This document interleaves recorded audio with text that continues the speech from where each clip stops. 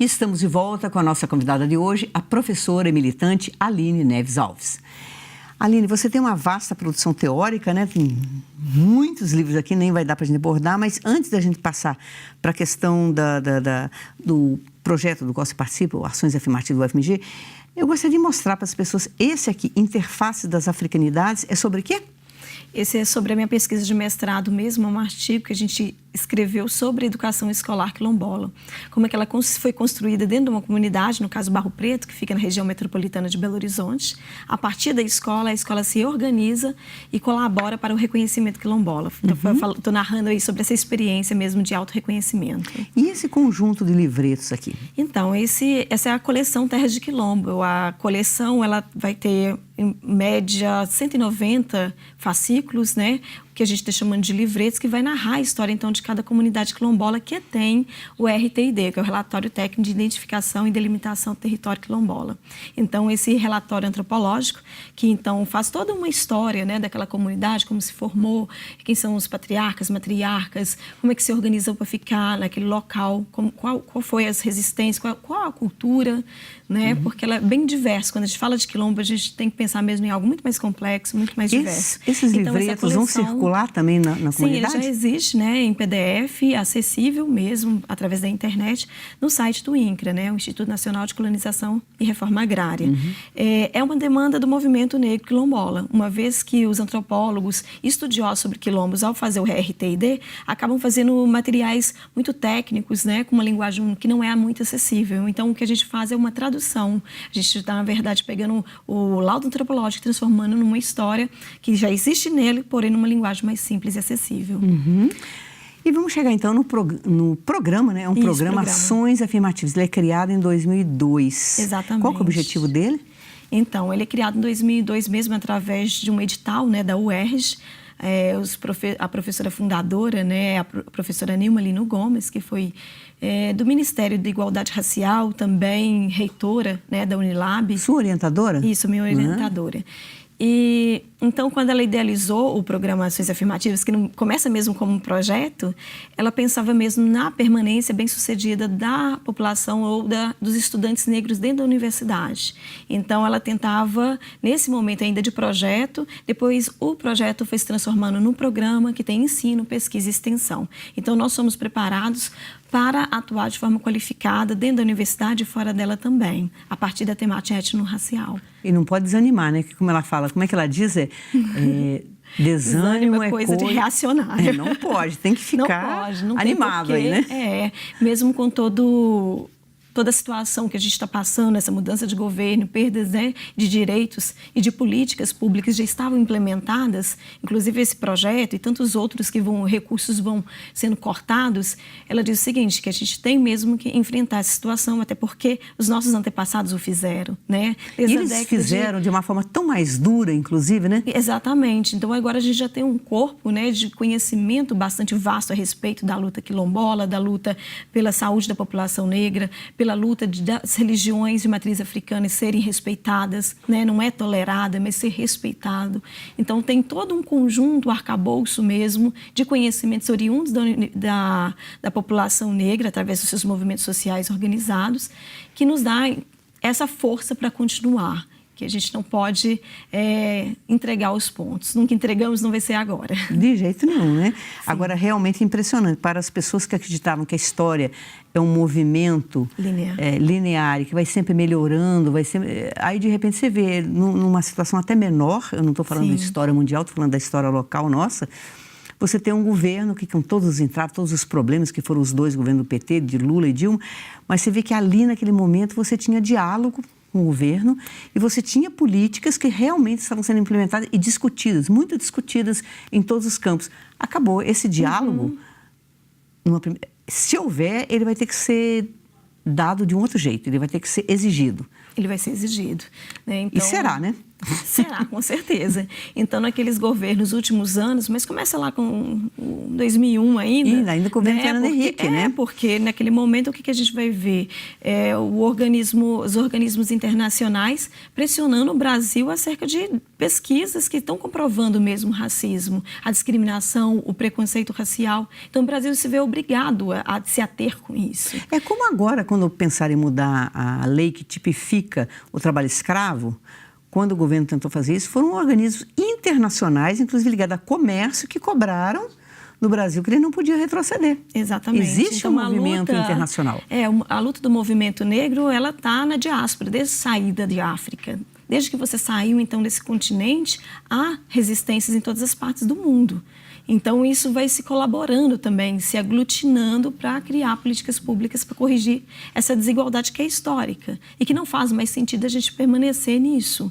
Né? Então, você dizia, por exemplo, nesses últimos governos, o que aconteceu de diferente? Representatividade. Teve primeiro que reconhecer que os negros são pessoas inteligíveis, né, capazes, que sempre foram, e que agora, uma vez que você reconhece, você precisa o quê? Colocá-los no governo como representatividade. Né? Então, é como se a gente pudesse, então, criar um governo que fosse o mais diverso possível. Como seria possível um homem, por exemplo, branco, hétero, querer construir políticas para uma mulher negra? Ele não conhece as experiências, né, de uma mulher negra. Então, o correto, ou pelo que a gente entende, não é politicamente correto, mas seria uma eticamente coerente, para a gente ter uma ética e ser coerente com isso, é trazer a diversidade do ponto de vista positivo. É reconhecer que há diferenças entre nós, mas essa diferença pode ser considerado algo a somar, algo positivo. É claro que não é sem conflitos, sempre vai acontecer o conflito, mas sempre buscando uma ética, né, uma coerência para a gente não desfazer, desconstruir esse Brasil que é racista. E que ninguém, indubitavelmente, a gente já tem muitas pesquisas que já comprovam isso, desde a década de 70. Então, a questão nem é mais se existe ou não racismo. É essa que você pergunta, que você agora me faz. Agora a gente passou para um outro patamar, né? Existe, como vamos lidar com ele e como elaborar uma política de inclusão. Que o projeto Ações Afirmativas, então, só para entender direitinho... Sim. Quais são as ações afirmativas do projeto Ações Afirmativas, vamos dizer? O programa Ações Afirmativas, ele não é uma política, né? Ele é um grupo mesmo de pesquisadores, né, vinculados às fundações de fomento à pesquisa. Nós trabalhamos com pesquisa, com extensão, ou seja, formação de professores, tem cursos de pós-graduação dentro do Ações Afirmativas. Trabalhamos também com a formação de professores. Dentro do nosso forte, porque nós estamos na UFMG, nós não somos um organismo da UFMG, então a gente trabalha dentro da Faculdade de Educação e lá dentro, então, com a formação de professores. Esse é o carro-chefe, né, poderíamos dizer, quais são as principais linhas. A educação, né, a formação de professores, quer na perspectiva da Lei 10.639, que trata da obrigatoriedade do ensino de História da África e cultura afro-brasileira, e também a educação a partir da modalidade de educação escolar quilombola. Então, formando professores quilombolas também. Há essas experiências, então, dentro do programa. Agora, são professores todos ligados à educação ou são de várias áreas também? A gente tem uma certa intersetorialidade. Então, programações afirmativas não acontecem somente dentro da Faculdade de Educação. Em outros prédios da UFMG, inclusive fora, na UENG, nós temos, então, participantes do programa. São pessoas que, inclusive, ajudaram a fundar, e a nossa fundadora, a professora Nilma Lino Gomes, ela fala disso, da gente ocupar outros espaços. A gente, então, não fica só no programa Ações Afirmativas. Nós estamos lá para ter uma trajetória bem-sucedida. Uma vez que tem, agora você vai atuar em outros espaços. Sobretudo, o forte mesmo é a educação. Mas a gente também trabalhou, por exemplo, eu fui coordenadora, juntamente com o professor Rodrigo Ednício de Jesus, que é o nosso atual coordenador do programa Ações Afirmativas, a trabalhar, então, na formação de professores sobre a saúde da população negra. Agora, Aline, me diz uma coisa, assim, quando eu era feminista militante, nos anos 70, né, quando o feminismo, vamos dizer, de massa se instala no Brasil, né, se instaura no Brasil, a luta era difícil, mas eu tinha uma sensação boa de estar participando de um movimento, uma sensação assim, de pertença a um movimento que tinha como proposta, talvez até utópica, de transformar a sociedade. É isso que você sente? Total. É isso o tempo todo, né? O que a gente a gente não pode perder de vista, e por isso é um problema, a gente não tem muita visibilidade desses grupos. Eles existem, estão criando pautas, estão em reflexão e estratégias também. Seja, falando da população negra, os jovens de religiões de matriz africana têm encontros deles, né? As pessoas também que estão ligadas à educação, à academia, né? Então a gente tem o Congresso de Pesquisadores Negros, que vai acontecer agora em Belo Horizonte mesmo, na UFMG, nos 27 de fevereiro até dia 2 de março. Então, dá uma efervescência, assim, do jovem negro, das pessoas que são de religiões de matriz africana. E aí, quando a gente fala de movimento social negro, é pensar mesmo nessa diversidade. Quando a gente se afasta um pouco dessa luta, começa a dar um pouco de desespero, né? Uma sensação muito ruim.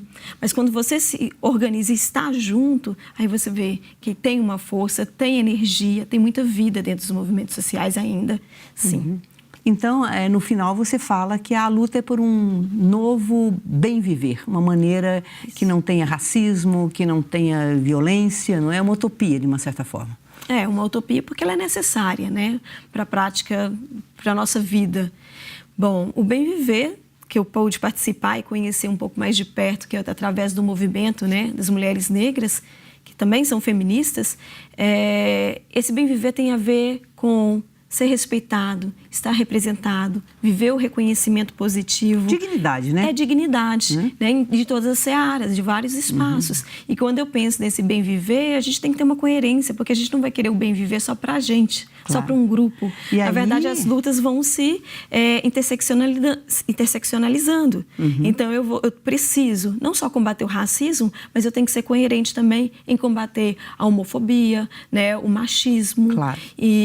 Então, é um conjunto de lutas que está dentro também do movimento negro. Isso. E eu queria só encerrar, então, lembrando que quando o seu pai te ensinou a possibilidade do bem, é um bem que ele não é apático, é um bem pelo bem comum, talvez. Né? Então, exatamente. Vamos dedicar o programa aqui ao seu Joaquim, seu pai. Muito obrigada. É isso. E nós ficamos por aqui agradecendo a sua companhia, sempre renovando o nosso convite, sábado às 9 da noite. Até lá.